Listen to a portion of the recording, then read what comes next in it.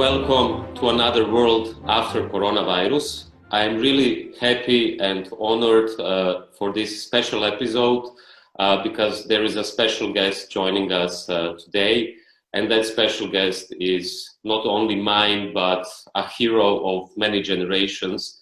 Both of us are unfortunately in self-isolation, so this is also a very special occasion. But without further introduction, I think most of you who are watching this know who is Noam Chomsky, and I'm so glad that Noam is joining us today. Hello Noam, could you just tell us where are you? Are you already in self-isolation, and for how long? Well, I'm in Tucson, Arizona, in self-isolation for the time. So you were born in 1928, and you wrote your first essay, as far as I know, when you were only 10 years old, which was an essay on the Spanish Civil War, actually just after the fall of Barcelona. So that was 1938, which looks very far away for my generation. You survived the Second World War, Hiroshima. I mean, you were a witness to Hiroshima. You were a witness to many very big, important political, historic events, from the Vietnam War to the oil crisis, to the fall of the Berlin Wall. Before that, you were a witness to Chernobyl. After that, in the 90s, you were a witness to a historical moment which was leading to 9/11, which was also a global event. And most recently, I mean, I'm trying to really shorten a long history and a lifetime of someone like you, but the most recent event was the financial crash of 2007 and 2008. So in this background of such a rich life and being a witness and also an actor in these major historical processes, how do you look at the current coronavirus crisis? Is it an unprecedented historical event? Is it something which surprised you? And how do you look at it? That would be my question. Well, I should say that my earliest memories, which are haunting me now, are from the 1930s. The article that you mentioned on the fall of Barcelona was actually mainly about the apparently inexorable spread of the fascist plague all over Europe, and where it was going to end. I much later discovered, when internal documents came out, that the analysts of the US government at the time and in the following years expected that the war would end they knew a war was coming, that a war would end with the world divided into a US-dominated region and a German-dominated region. So my childhood fears were not entirely out of place. And those memories come back now. I can recall when I was a young child, listening to Hitler's Nuremberg rallies over the radio. I couldn't understand the words, but you could easily understand the moods and the threat and so on. And I have to say, when I listen to Donald Trump's rallies today, it resonates. It's not that he's a fascist. He doesn't have that much of an ideology. He's a sociopath, but an individual concerned with himself. But the mood and the fear is similar. And the idea that the fate of the country and the world is in the hands of a sociopathic buffoon is shocking. The coronavirus is serious enough, but it's worth recalling that there's a much greater horror approaching. We are racing to the edge of disaster far worse than anything that's happened in human history. And Donald Trump and his minions are in the lead in racing to the abyss. In fact, there are two immense threats that we're facing. One is the growing threat of nuclear war, which has exacerbated by tearing what's left of the arms control regime. And the other, of course, is the growing threat of global warming. Both threats can be dealt with, but there isn't a lot of time. And the coronavirus is a horrible plague, can have terrifying consequences, but there will be recovery. The others, there won't be recovery. It's finished. If we don't deal with them, we're done. And so the childhood memories are coming back to haunt me, but different dimension. Threat of nuclear war, we can get a sense of where the world really is by looking to this January. As I'm sure you know, every year the doomsday clock is set with the minute hand a certain distance from midnight, which means termination. Ever since Trump was elected, the minute hand has been moving closer and closer to midnight. Last year was 2 minutes to midnight, the highest, matching the highest it ever reached. This year, the analysts dispensed with minutes, started to move to seconds, 100 seconds to midnight. That's the closest it's ever been, citing three things: the threat of nuclear war, threat of global warming, and the deterioration of democracy. If we're leaving our fate to sociopathic buffoons, we're finished. And that's coming close. Trump is the worst, but that's because of US power, which is overwhelming. People talk about US decline, but you just look at the world, you don't see that. When the US imposes sanctions, murderous, devastating sanctions, it's the only country that can do that. Everyone has to follow. Europe may not like, in fact, hate sanctions on Iran, but they have to follow. They have to follow the master, or else they're kicked out of the international financial system. Now, that's not a law of nature. It's a decision in Europe to be subordinate to the master in Washington. Other countries don't even have the choice. And back to the coronavirus, one of the most shocking, harsh aspects of it is the use of sanctions to maximize the pain, perfectly consciously. Iran has its own enormous internal problems, but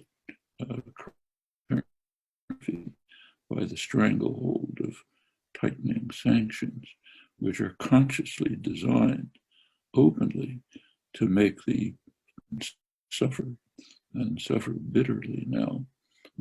And Cuba has been suffering from it from the moment that it gained independence, but it's astonishing that they've survived, but they stay resilient. And one of the most ironic elements of today's coronavirus crisis is that Cuba is helping Europe. I mean, this is so shocking that you don't know how to describe it. Germany can't help Greece, but Cuba can help European countries. If you stop to think about what that means of all our civil words fail, just as when you see thousands of people dying in the Mediterranean, fleeing from countries that Europe has devastated for centuries and being sent to the deaths in the Mediterranean. You don't know what words to use. The crisis, the civilizational crisis of the West at this point is devastating to think about. And it does bring up childhood memories of listening to Hitler raving on the radio to raucous crowds adoring him at the Nuremberg rallies. You begin to wonder, is this species even viable? You mentioned the crisis of democracy. At this moment, I think we find ourselves also in a historically unprecedented situation, in the sense that almost 2 billion people, that's a figure I found today, are in one or the other way confined at home, whether it is isolation, self-isolation, or quarantine. Almost 2 billion people in the world are at home, if they're lucky enough to have a home. At the same time, what we can witness is that Europe, but also other countries, closed their borders, not only internal ones, but outer borders. There is a state of exception in all the countries we can think of, which means curfew in many countries, such as France, Serbia, Spain, Italy, and other countries, army on the streets. And what I want to ask you as a linguist is the language which is now circulating around. If you listen not just to Donald Trump, if you listen to Macron, also some other European politicians, you will constantly hear that they speak about war. And even the media speak about doctors who are on the first front line.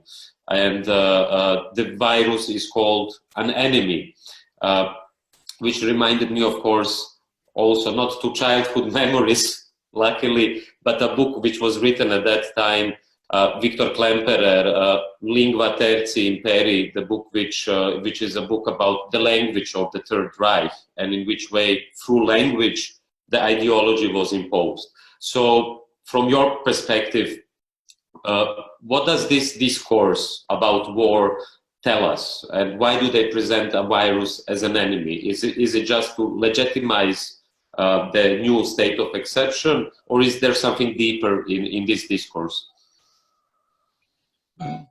If we want to deal with the crisis, we have to move to something like wartime mobilization. So if you think of, take a rich country like the United States, it has the resources to overcome the immediate economic crisis. Mobilization for the Second World War led the country into far greater debt than is contemplated today, and was very successful. Mobilization practically quadrupled U.S. manufacturing, ended the Depression, left the country with enormous debt, but a capacity to grow. Now that's a lesson we need. Probably not on that scale. It's not like the Second World War, but we need the mentality of a social to try to overcome the short-run crisis, which is severe. How severe, we don't can recall the swine flu epidemic in 2009, which originated in the U.S. It killed a couple 100,000 people in the first. Society recovered from worse, but it has to be dealt with. That's a rich country like the United States. Of those 2 billion people, the majority are in India. What happens for an Indian living hand to mouth who's isolated, starves to death? What's going to happen? In a civilized world, the rich countries would be giving assistance to those who are in need instead of strangling them, which is what we're doing, not particularly in India, but in much of the world. But the crisis, whether the crisis can be within a country like India, I don't know. Bear in mind that with current tendencies, if they persist, South Asia is going to be unlivable in a few decades. The temperature reached 50 degrees C in Rajasthan this summer, and it's increasing. The water's running out. It could get even worse. There's two nuclear powers there who are going to be fighting over reduced water supplies. I mean, the coronavirus is very serious. We can't underestimate it, but we have to remember that it's a fraction, small fraction of major crises that are coming along. They may not disrupt life to the extent that the coronavirus does today, but they will disrupt life to the point of making the species unsurvivable, and not in the very distant future. So we have many problems to deal with. Immediate ones, coronavirus is serious, has to be dealt with, and much larger ones, vastly larger ones, are looming. And there is a civilizational crisis. We have to, it's a time when possibly good side of the coronavirus is it might bring people to think about what kind of a world do we want? Do we want the kind of a world that leads to this? And we should think about the origins of this crisis. Why is there a coronavirus crisis? It's a colossal market failure. It goes right back to the essence of markets, exacerbated by the savage neoliberal intensification of deep social economic problems. It was known for a long time that pandemics are very likely, and it was understood, very well understood, that they are likely to be coronavirus pandemics, slight modifications of the SARS epidemic 15 years ago. Time it was overcome. The viruses were identified, sequenced, vaccines were available. Labs around the world could be working right then on developing protection for potential coronavirus pandemics. Why did they do it? The market signals were wrong.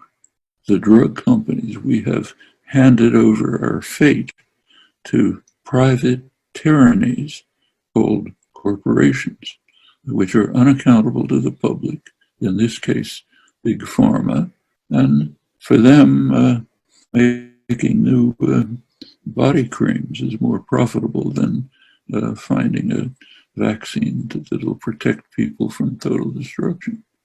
It would have been possible for the government to step in.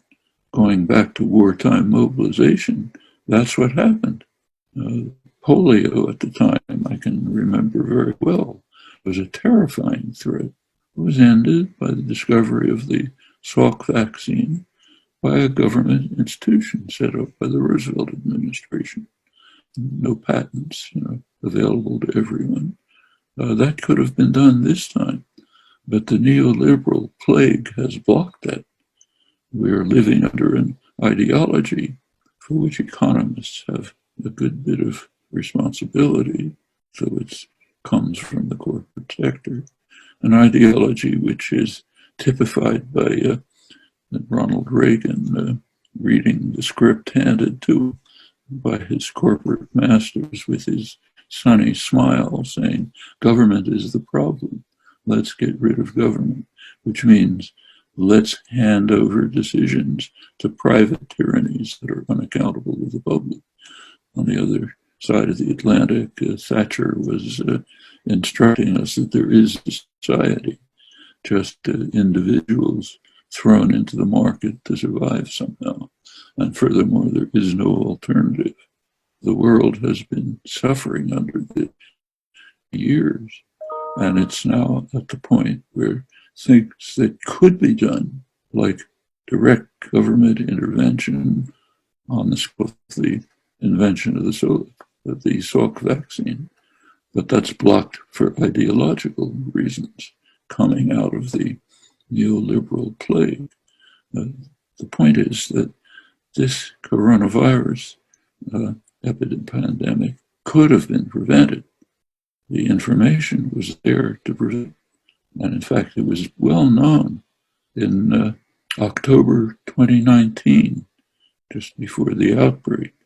There was a large-scale simulation, high-level simulation in the United States, in the world, of a possible pandemic of this kind.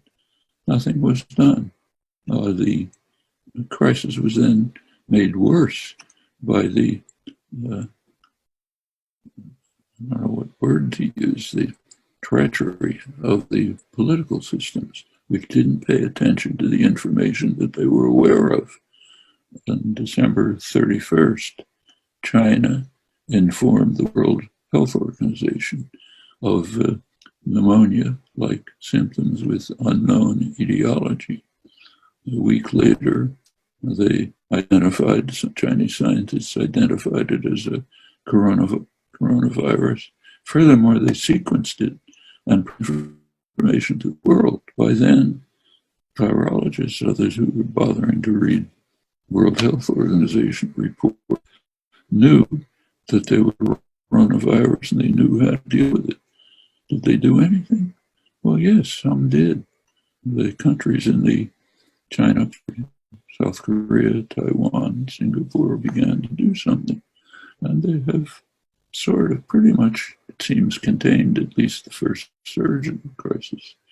In Europe, to some extent, it's happened. Germany, which hadn't moved to the just-on-time idiocy of hospital systems under neoliberalism, did have spare diagnostic capacity and was able to act in a highly selfish fashion, not helping others, but for itself at least, to have a reasonable containment. Other countries just ignored it. The worst were the United Kingdom, and the worst of all was the United States, which happens to be led by a psychopathic lunatic who says, one day there's no crisis, it's just like flu.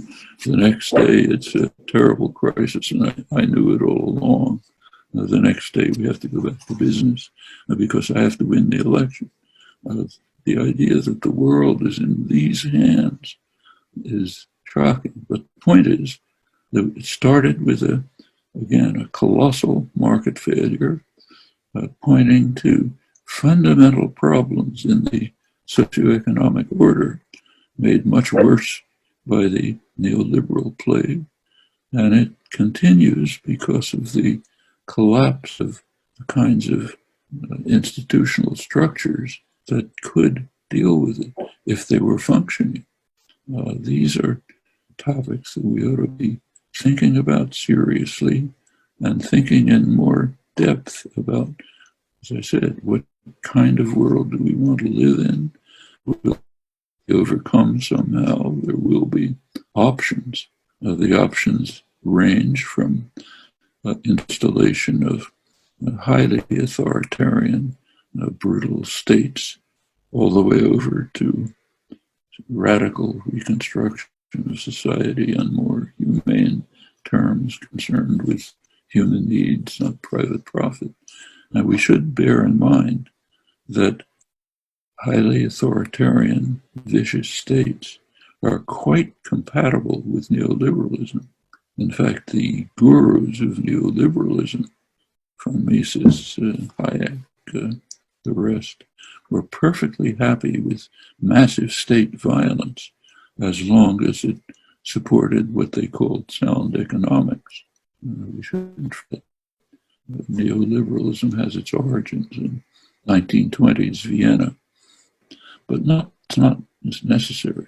There is the possibility that people will organize, become engaged, as many are doing, and bring about a much better world, which will also confront the enormous problems that we're facing right down the road. The problems of nuclear war, which is closer than it's ever been, and the problems of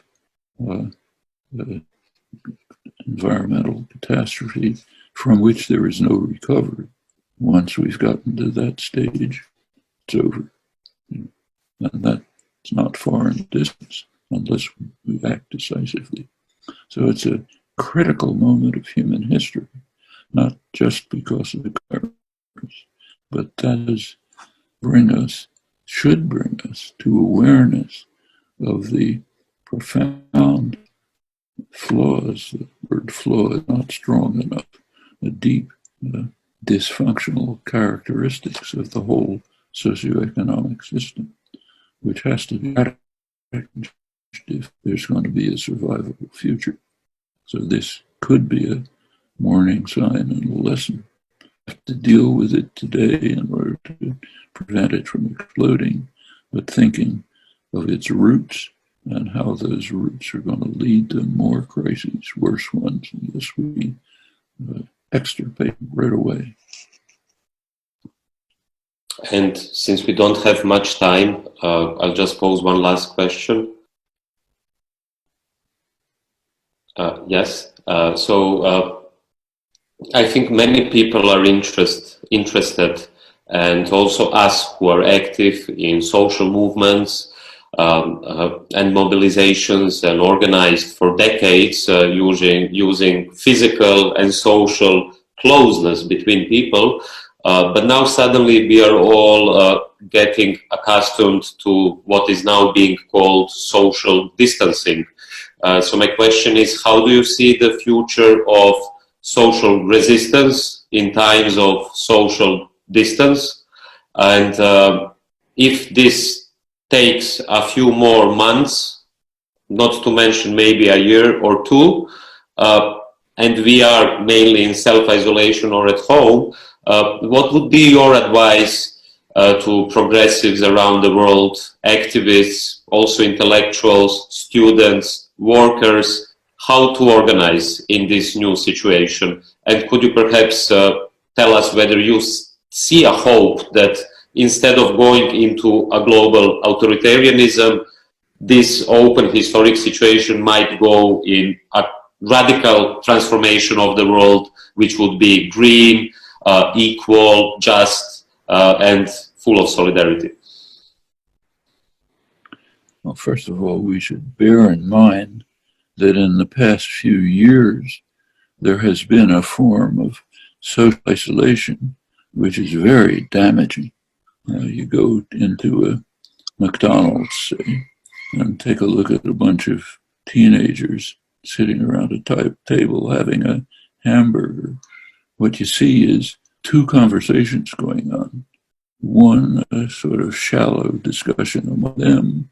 Another, the one that each one is having on his cell phone with some remote individual who he's a friend. This is atomized and isolated people to an extraordinary extent. The Thatcher principle, there is no society, has been escalated by the misuse of social media that has turned people into very isolated creatures, especially young people. There are actually universities now in the United States where the sidewalks have plaques on them saying, "Look up," because every kid who's walking around is glued to his cell phone. That's a form of self-induced social isolation, which has been very harmful. We're now in a situation of real social isolation. It has to be overcome by recreating social bonds in whatever way can be done, through need of whatever kind there can be, helping people in need, contacting them, developing organizations, expanding organizations, like 5, getting them to be functional and operative, making plans for the future, bringing people together as you can do in the internet age, to join, to consult, to deliberate, to figure out answers to the problems that they face and work on them, which can be done. It's not face-to-face communication, which for human beings is essential, but going to be deprived of it for a while. You can put it on hold, find other ways, and continue with the and in fact extend and deepen the activities carried out, can be done. It's not going to be easy, but humans are faced with problems in the way. Can I pose a question, since we are both in self-isolation? My dog is trying to get a conversation. But was that before a parrot? Or do we have a bird as well? Or a parrot? Or a bird? There was a sound of a bird, yes? Parrot, but a bilingual parrot. It can say sovereignty to all the people in Portuguese. Fascinating. Valeria, my Brazilian. Thanks a lot, Noam. I think this is a beautiful ending of this conversation. I hope we will talk soon. We will all stay at home, and we will wait for you and your parrot to tell us when to get out of our apartments and make a revolution.